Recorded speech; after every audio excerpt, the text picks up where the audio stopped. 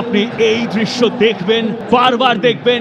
বাংলাদেশ ফুটবলে জাদু দেখানো একজন হামজা চৌধুরীর সন্ধানে ভারতীয়রা। স্কোয়াড দেখে এমন মনে হয় স্বাভাবিক, কেননা ছাড়পত্র না পাওয়া প্রবাসী ফুটবলারকে নিয়েই আসন্ন বাংলাদেশের বিপক্ষে হাই ভোল্টেজ ম্যাচের দল দিল ভারত। ম্যাচটি খেলতে শনিবার সন্ধ্যায় ঢাকায় পৌঁছানোর কথা রয়েছে সফরকারী দলের। এক হামজা চৌধুরী যেন বদলে দিয়েছেন বাংলাদেশ ফুটবলের চিত্রটা। চৌধুরী সাহেবের দেখানো পথে হেঁটে এরই মধ্যে লাল সবুজ জার্সি গায়ে জড়িয়েছেন সমিত সোম, ফাহমিদুল, জায়ান ও সর্বশেষ কিউবা মিচেলের মতো তারকা প্রবাসী ফুটবলাররা।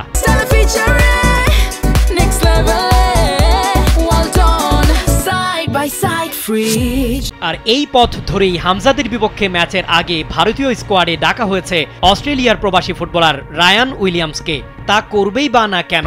নেপালের বিপক্ষে উড়ন্ত বাইসাইকেল শটের সেই ম্যাজিক গোলে হামজা বন্দনায় মেতেছে স্বয়ং ফিফা। ভারতীয় ফুটবল ফেডারেশন জানিয়েছে উইলিয়ামস দলের সঙ্গে ঢাকায় ভ্রমণ করবেন, কিন্তু প্রশাসনিক প্রক্রিয়া পূরণ হওয়ার আগে তাকে মাঠে নামানো যাবে না। বাংলাদেশের বিপক্ষে রায়ানকে খেলানোর জন্য এরই মধ্যে আবেদন করে রেখেছে ভারত। 17 নভেম্বরের মধ্যে অনাপত্তিপত্র পেলে ঢাকার মাঠেই দেখা যেতে পারে তাকে।